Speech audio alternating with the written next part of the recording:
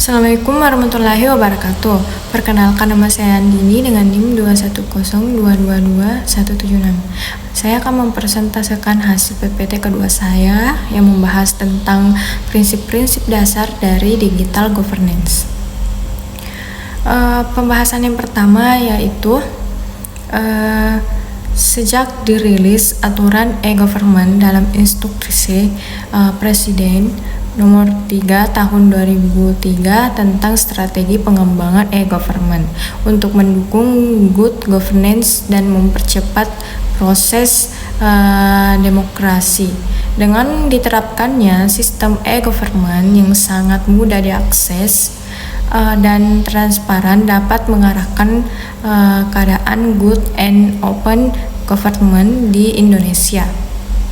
Pemerintah sendiri sudah memiliki strategi dalam menerapkan sistem e-government, yaitu mengembangkan sistem pelayanan yang handal dan dapat terjangkau masyarakat luas, menata sistem dan proses kerja pemerintah dan pemerintah otonom secara holistik, memanfaatkan teknologi informasi dan komunikasi secara optimal, meningkatkan peran serta dunia usaha dan mengembangkan industri telekomunikasi dan teknologi informasi,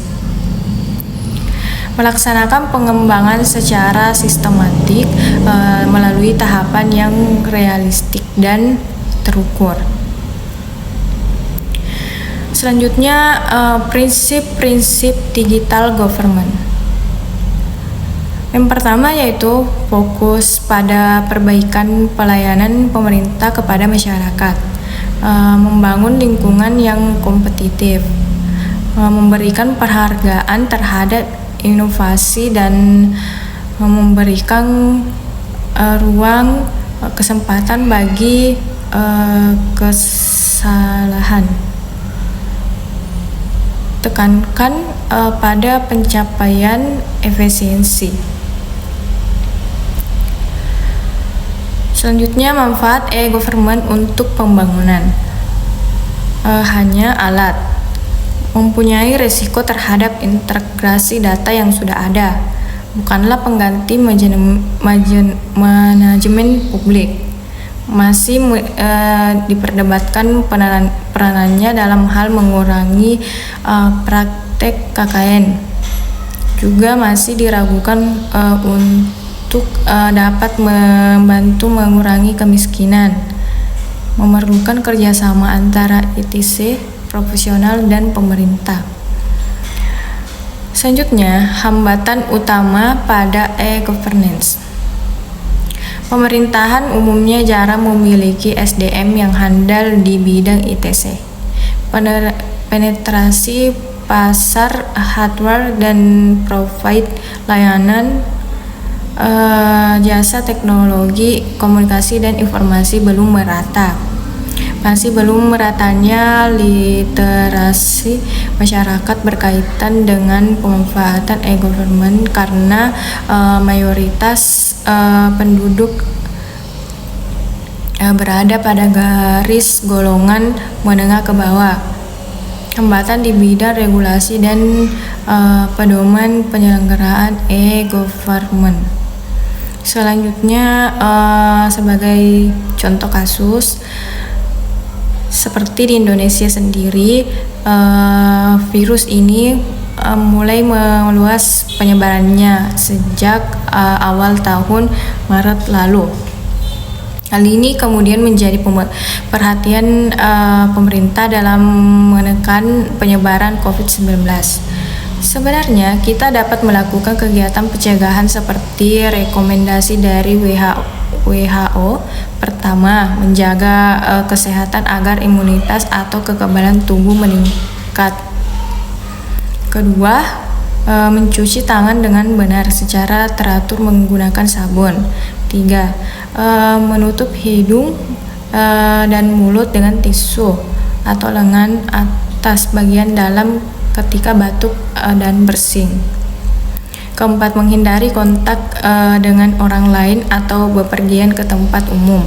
Kelima, menghindari dalam menyentuh mata, hidung, serta mulut dan karena menggunakan masker. Analisis untuk mewujudkan transparansi dan akuntabilitas publik juga tercantum dalam Undang-Undang Nomor 14 Tahun 2008 tentang keterbukaan informasi publik. Pemerintah sendiri sudah memiliki strategi dalam menerapkan sistem e-government, yaitu mengembangkan sistem pelayanan yang handal dan dapat terjangkau masyarakat luas dengan cara pemerataan jaringan komunikasi yang merata di seluruh wilayah Indonesia. Pemanfaatan teknologi informasi dan komunikasi secara optimal dengan cara memberikan informasi secara lengkap. Cara menggunakan governance digital. Industri digital dan bisnis rintisan startup berbasis digital berkembang pesat, misalnya penyedia jasa transportasi berbasis daring, toko berbasis daring, misalnya apps developer, programmer, dan lainnya. Hal ini tentu menjadi tuntutan agar kehidupan saat ini dan yang akan datang makin kompetitif, terbuka, cepat, dan berstandar tinggi. Akselerasi penerapan tata kelola pemerintah elektronik secara menyeluruh menjadi agenda yang sangat penting dan mendesak. Aplikasi informasi telah mengembangkan aplikasi perkantoran yang diberi nama SIMAYA. Aplikasi ini merupakan digitalisasi dari Peraturan Menteri PAN dan RB Nomor 6 Tahun 2011 tentang Tata Naskah Dinas Elektronik (TNDE) di lingkungan instansi pemerintah. Aplikasi ini telah disosialisasikan melalui bimbingan teknis di beberapa instansi pemerintahan baik pusat dan daerah di Indonesia. Implementasi SIMAYA sendiri dapat dilakukan melalui dua metode, yaitu metode cloud computing dan metode non-cloud computing. Menggunakan konsep governmentality dalam menjelaskan relasi negara masyarakat lokal dalam perebutan hak atas tanah sebagai cara negara mengontrol populasi dengan menciptakan mekanisme normalisasi dan kedisiplinan yang tentu saja bias dan tumpang tindih dengan konsep disciplinary power. Memahami governmentally sebagai internasionalisasi cara kompensif yang dijalankan negara terhadap polusi yang menciptakan self-enforcing coercion melalui pengendapan konsensus Paulus Robin. Kekurangan aplikasi. Semakin bebasnya masyarakat mengakses situs pemerintah akan membuat peluang terjadinya cybercrime yang dapat merusak sistem pada e-government. Misalnya kasus pembobolan situs KPU ketika penyelenggaraan pemilu oleh seorang hacker. Kurangnya interaksi atau komunikasi antara admin pemerintah dengan masyarakat karena e-government dibuat untuk saling berinteraksi antara pemerintah, masyarakat, dan pihak lain yang berkepentingan. Sebelum saya mengakhiri presentasi ini, saya akan menjawab semua pertanyaan-pertanyaan yang telah diberikan oleh teman-teman. Yang pertama dari Suhadirman, yang mana pertanyaannya itu bagaimana penerapan prinsip akuntabilitas, transparansi, partisipasi, inklusi, dan keadilan dalam digital governance oleh pemerintah mempengaruhi aktivitas kebijakan publik di era digital. Jawabannya itu penerapan prinsip-prinsip tersebut membantu memastikan bahwa kebijakan publik dibuat oleh pemerintah dalam era digital adalah responsif terhadap kebutuhan dan aspirasi masyarakat. Akuntabilitas memastikan bahwa pemerintah bertanggung jawab atas tindakan dan keputusannya. Transparansi memungkinkan masyarakat untuk memahami proses pembuatan kebijakan dan alasan di baliknya. Partisipasi memberikan kesempatan kepada warga untuk berpartisipasi dalam proses pengambilan keputusan. Inklusi memastikan bahwa kebijakan mencakup kepentingan semua pihak, termasuk dengan yang rentang atau terpinggirkan. Keadilan memastikan bahwa kebijakan tidak hanya mengutamakan segelintir orang atau kelompok, tetapi juga memberikan manfaat yang adil bagi seluruh masyarakat. Dengan menerapkan prinsip-prinsip ini, pemerintah dapat meningkatkan legitimasi kebijakan publik mereka dan memastikan bahwa kebijakan tersebut efektif dan berdampak positif bagi masyarakat dalam era digital. Penanya kedua dari Rini Julianti, yang mana pertanyaannya apa implikasi etis dari penerapan teknologi baru dalam pemerintah digital dan bagaimana prinsip-prinsip etika dapat membimbing keputusan dan tindakan pemerintah. Jawabannya yaitu penerapan teknologi baru dalam pemerintah digital membawa implikasi etis yang penting seperti privasi data, keamanan informasi, diskriminasi algoritma, dan pengawasan yang tidak proporsional. Prinsip-prinsip etika seperti keadilan, kebebasan, privasi, transparansi, dan akuntabilitas dapat membimbing keputusan dan tindakan pemerintah dalam pemanfaatan teknologi. Misalnya, memastikan bahwa penggunaan teknologi tidak merugikan kelompok rentan atau memperkuat ketidaksetaraan, serta memastikan bahwa data individu dilindungi dan digunakan secara etis. Prinsip-prinsip ini membantu memastikan bahwa pemerintah bertindak secara bertanggung jawab dalam menerapkan teknologi baru untuk kepentingan masyarakat secara keseluruhan. Penanya ketiga dari Fitriwani, yang mana pertanyaannya yaitu bagaimana penerapan prinsip-prinsip digital government dapat meningkatkan efisiensi dan transparansi pemerintahan. Jawabannya yaitu penerapan prinsip-prinsip digital government dapat meningkatkan efisiensi dan transparansi pemerintah melalui beberapa cara. Di antaranya yaitu automatisasi proses, peningkatan akses informasi, penggunaan data, partisipasi masyarakat, kolaborasi antar lembaga. Melalui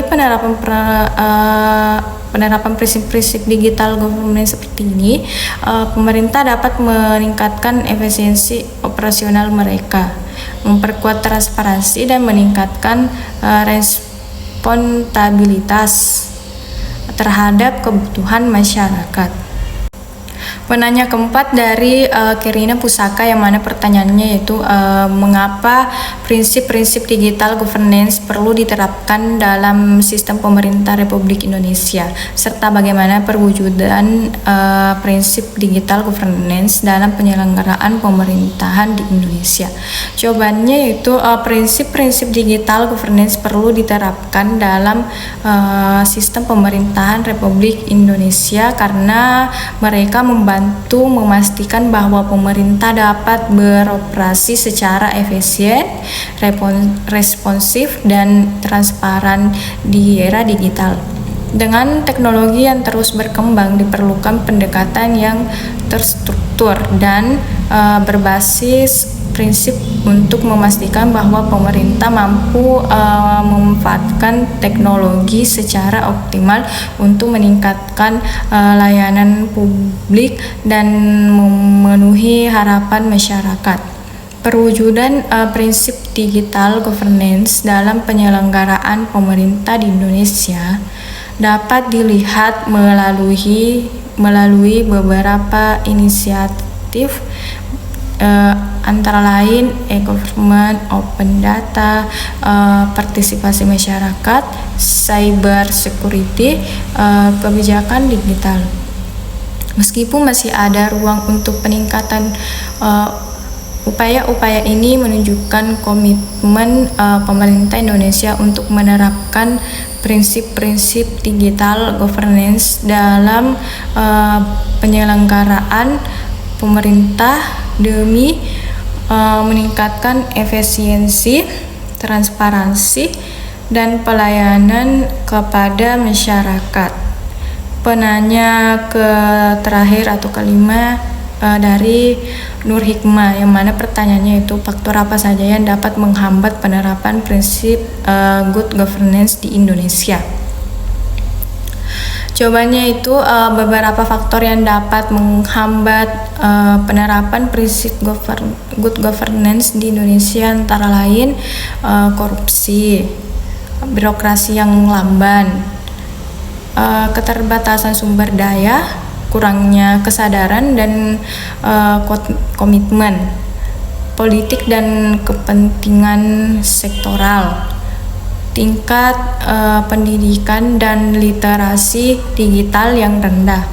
Upaya yang berkelanjutan dan komprehensif diperlukan untuk mengatasi hambatan-hambatan ini agar prinsip good governance dapat diterapkan secara efektif di Indonesia. Ini termasuk penegakan hukum yang kuat terhadap korupsi, reformasi birokrasi, peningkatan kapasitas sumber daya manusia, serta peningkatan kesadaran dan partisipasi masyarakat dalam proses pemerintahan. Adapun kesimpulan dari materi tadi yaitu dalam pelaksanaan yang dilakukan untuk menyempurnakan konsep dan strategi yang efisien harus memperhatikan kesiapan dari pemerintah dan masyarakat itu sendiri sesuai dengan prinsip-prinsip dasar serta bertahan. Pada prinsip tersebut, pemerintah membangun lingkungan yang kompetitif untuk pencapaian strategi yang ada. Maka setiap aktivitas pemerintah terhadap masyarakat dalam menjalankan sebuah kegiatan harus dapat memuaskan masyarakat untuk mencapai kepuasan dengan kualitas pelayanan yang baik. Di masa sekarang dengan kemajuan berbagai teknologi dan informasi dapat memudahkan masyarakat menerima laporan kinerja pemerintah secara aktual seperti halnya virus COVID-19 yang ada sejak akhir tahun 2019 lalu telah beredar. Sekian dan terima kasih. Assalamualaikum warahmatullahi wabarakatuh.